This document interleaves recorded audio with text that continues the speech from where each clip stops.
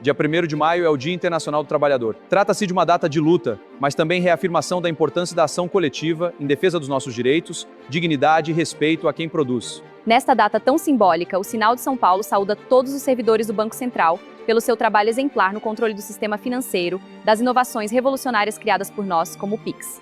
Mas também reforçar que todas as conquistas que tivemos até aqui sempre dependeram da nossa união e mobilização. E são os grandes desafios que temos pela frente, pela manutenção do Banco Central Público, independente do sistema financeiro e a serviço do Brasil, que respeite o trabalho dos servidores e garanta as prerrogativas necessárias para cumprirmos a nossa função. O passado nos ensina muito e o futuro depende de nós. Então vamos à luta!